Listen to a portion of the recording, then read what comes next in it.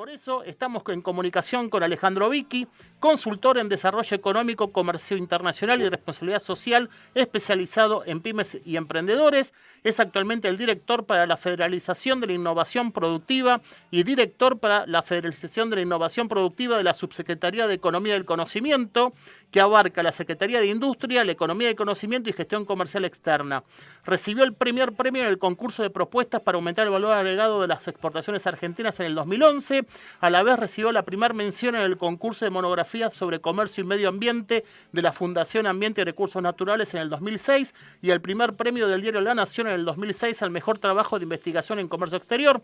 Fue director de la Asociación Civil de Red de Exportadores de Buenos Aires, Barexport, y a la vez es amigo de la casa. Alejandro, buenas tardes. Hola Sergio, ¿cómo estás? Hola Gustavo también, un gusto Hola Sergio. saludarlos a los dos. Alejandro, ¿cómo te va? ¿Cómo andas? Bueno, un gusto, un placer y bueno, qué buena, digamos, buena noticia que diste así también, Sergio, como introducción, como marco, las exportaciones récord de las pymes, porque bueno, hace unas semanas se había dado a conocer la cifra de exportaciones total, ¿no? De bienes, también un récord, la cifra más alta en 13 años, pero es cierto que ahí mucho de eso tenía que ver con precios de commodities y bueno, mucha gente podía decir, bueno, pero esto tiene que ver con que simplemente se incrementaron los precios de los granos y de las materias primas que exporta Argentina, pero bueno, ahí con la noticia que acabas de presentar acerca del récord en 6 años, el monto más alto exportado por las pymes de Argentina, bueno, también da a entender que hay algo más que el efecto de precios, ¿no? Totalmente, totalmente. ¿Cómo hacemos para llegar a 110.000 millones de dólares? Bueno, lo primero, una cosa Es la que pregunta del es millón, lo bueno. sé, pero bueno. Bueno, primero que siempre ahí estamos hablando tanto del valor que vos dabas como el que yo mencionaba recién de 77.000 millones de dólares. Estamos hablando siempre de mercancías, de bienes físicos. Y está bueno ahí recordar que también Argentina exporta servicios, aproximadamente por unos 13 o 15.000 millones de dólares según el año. Pero, porque bueno, también ahí hay mucho para crecer. Pero digamos, no quiero escapar a tu pregunta. Yo creo que lo primero que hay que tener en cuenta es que la exportación es posible y que es posible incluso en los contextos más adversos que uno pueda pensar. Muchas veces uno habla con empresarios y dice, no, es imposible exportar por esto o lo otro. Bueno, la realidad es que hay empresas de todo tipo, de todo tamaño, que están exportando y muchas veces encontrás empresas que están exportando en los mismos rubros que el que te dice que no se puede. Entonces yo digo que más allá de que existen obviamente dificultades y que Argentina tiene dificultades particulares, quizás mayores a las que se enfrenta una pyme en otro país, eso no quita que hay empresas en Argentina que están exportando y uno puede tomar también ejemplos a nivel de grandes empresas. Yo siempre digo, tenemos 7, 8 terminales automotrices en Argentina fabricando automóviles. Hay una de esas terminales que exporta más de la mitad del total de las exportaciones de Argentina y el resto se reparte entre 5 o 6. Entonces, eso significa que en el mismo contexto, por más adverso que haya, la conducción empresarial, la conducta empresarial individual puede generar un cambio. O sea, el contexto adverso lo enfrentamos todos, lo enfrentan todas las empresas. Algunas, a pesar de eso, logran exportar. Y con eso no quiero, digamos, desconocer cosas que haya que mejorar y que cambiar, incluso, por supuesto, en las políticas públicas, pero también creo que hay que señalar algo que por ahí se pasa por alto, o a veces se pasa desapercibido, que muchas de esas dificultades o medidas que hay que tomar se fueron tomando. Entonces, en alguna oportunidad yo publiqué un libro hace 2 años que se llama Estrategia Exportadora para el Desarrollo de Argentina, y ahí en el anexo 1 de ese libro yo hacía una lista de 35 medidas que se podían tomar para incrementar el monto de exportación. Bueno, de esas 35 medidas, en los 2 años que transcurrieron, se tomaron 8. No porque hayan leído mi libro, digamos, sino porque yo simplemente lo que hacía era un raconto de cosas que habría que corregir, que todos los que estábamos en el tema los veíamos, o medidas que se estaban implementando en otros países con buenos resultados. Y ahí pongo un par de ejemplos de qué medidas se tomaron. Por ejemplo, se eliminaron los derechos de importación, de exportación, perdón, se eliminaron los derechos de exportación, las mal llamadas retenciones a la exportación, para la mayor parte de las exportaciones industriales de las pymes y buena parte de las exportaciones también de las economías regionales. No para el 100% de las exportaciones, pero hoy por hoy prácticamente las pymes industriales y de muchas economías regionales ya no tienen que pagar derechos de exportación. Y eso es algo que no pasaba hace muchos años. Bueno, cuando se fue Macri, estos derechos de exportación existían. Cuando se fue la presidenta Fernández de Kirchner, también tenían que pagar derechos de exportación. Bueno, actualmente no tienen que pagar esos derechos de exportación. Otra medida que puede parecer muy simple, pero que no se había implementado nunca, hay un curso gratuito, a distancia, integral, en comercio exterior, que ofrece la Secretaría de Pymes, que tiene una versión para exportadores de bienes físicos y otra versión para exportadores de servicios. Eso está por lanzarse una nueva edición, así que el que le interesa puede sumarse. Es un curso con varios módulos, o sea, con una buena carga horaria y que está enfocado en las necesidades de las pymes para exportar. Entonces, ¿qué es lo que se debería hacer? ¿Qué es lo que podemos hacer? Bueno, el empresario lo que puede hacer es capacitarse. Hay oferta, como digo, de capacitación gratuita, disponible, online para todo el país. Puede también acercarse, yo le recomendamos siempre que tome contacto con los organismos de promoción que existen a nivel provincial y a nivel municipal muchas veces, y si no, directamente con la Agencia Argentina de Inversión y Comercio Internacional, porque hay actividades donde se pueden sumar en forma gratuita, muchas veces se subvencionan los costos de participación en ferias, están las de negocios, que recién también mencionaba Gustavo, o sea que hay oportunidades de recibir asistencia técnica, de recibir información, de oportunidades de negocios y también de profesionalizarse en la gestión y de aprender a hacerlo bien, que bueno, obviamente como todo tiene alguna dificultad, digamos, nadie va a vender, digamos, con total facilidad, digamos, uno siempre quisiera, pero en general uno tiene que hacer algún esfuerzo para vender, para entrar en un mercado nuevo. La buena noticia es que hay programas de apoyo que se pueden utilizar, hay subsidios, hay asistencia técnica, así que las dos recomendaciones que yo siempre hago es capacitarse, que la verdad es que hoy incluso en internet uno puede encontrar un montón de contenidos, de cursos, hacia los organismos de promoción, porque los organismos de promoción están para eso, tienen la posibilidad de ofrecer a cada pyme, a cada emprendedor, un camino de qué es lo que tiene que hacer para lograr exportar. Y después, bueno, obviamente hay que poner un esfuerzo, porque nada de esto se va a lograr con sencillez, pero lo que sabemos es que los que recorren ese camino tarde o temprano consiguen el resultado. Bien, bien, Gustavo. Sí, Ale, gracias. Muy bueno el reporte, toda la información actualizada en materia de comercio exterior y lo que está haciendo en el Ministerio de Desarrollo Productivo.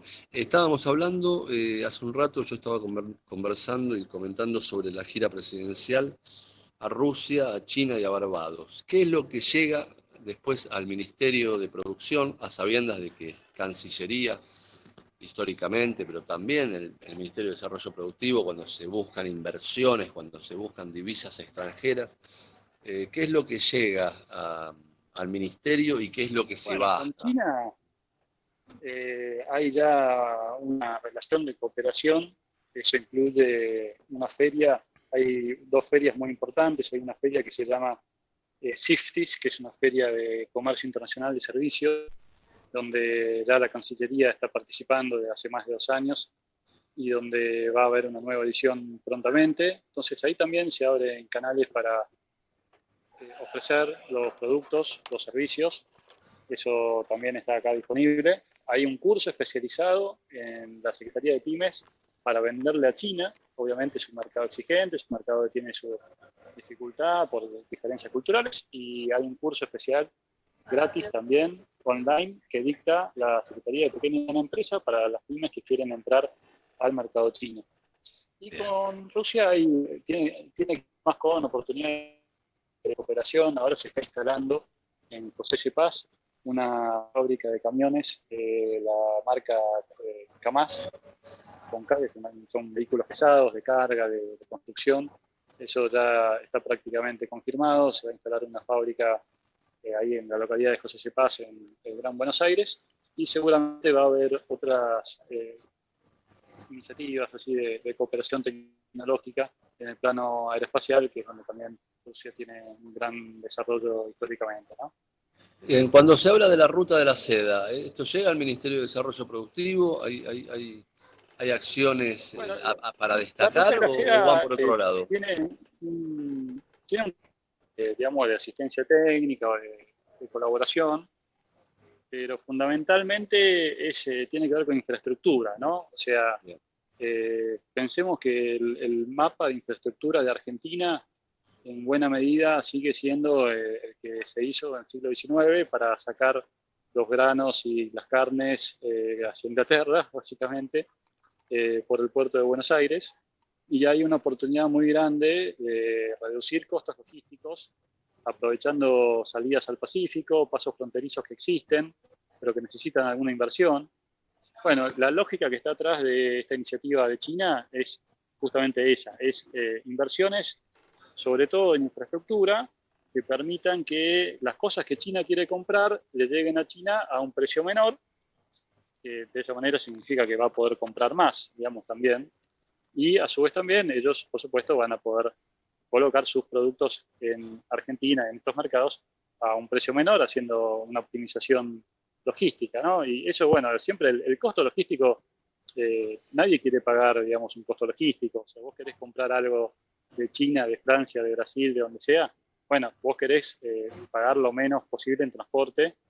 Así que de lo que se trata es de acercar mercados. Después hay otros grandes proyectos de inversión que ya estaban previstos, de generación de energía hidroeléctrica, de reactor nuclear, que bueno, cada uno merece un análisis por su cuenta. Creo que el desarrollo de esta nueva central nuclear hay que entenderlo no solamente desde el punto de vista de ampliar la producción de energía, sino también como un paso más en el desarrollo de la industria nuclear argentina, que es muy importante.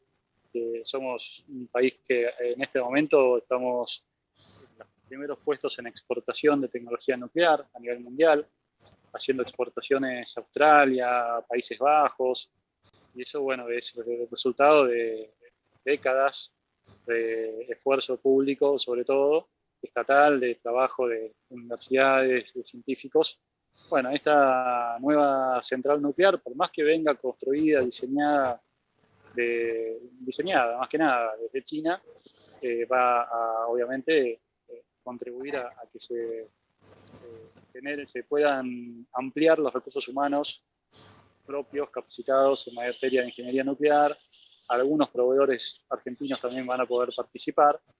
Y en definitiva, bueno, es una consolidación de la industria. Hoy en día ningún sector industrial en el mundo se desarrolla de manera completamente autónoma, aislada en un país, ¿no? El iPhone, siempre pongo como ejemplo, el iPhone se ensambla en China, pero en China queda nada más que el 6% del valor del iPhone. En realidad la parte del león del precio del iPhone se va a Alemania, a Japón y a Corea del Sur por las piezas y los componentes que ellos le ponen adentro.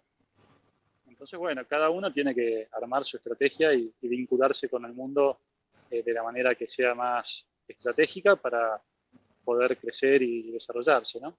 Estábamos recién hablando del tema de la ruta de la seda. Permítanme un comentario para que la gente y nosotros sepamos de qué estamos hablando.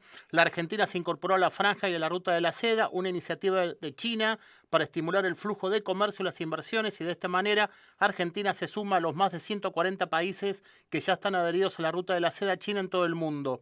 Luego de la reunión bilateral entre Alberto Fernández, nuestro presidente, y el mandatario Xi Jinping, se firmó un acuerdo mediante el cual Argentina ingresará a la ruta de la seda de China, lo que significará una inversión millonaria de 23.700 millones de dólares. Con este megaproyecto, el gigante asiático busca traer a la actualidad la legendaria ruta comercial por la que fluyó el comercio comercio entre China y Europa a través de Asia Central. Esto fue durante las dinastías Han en el año 206 a.C.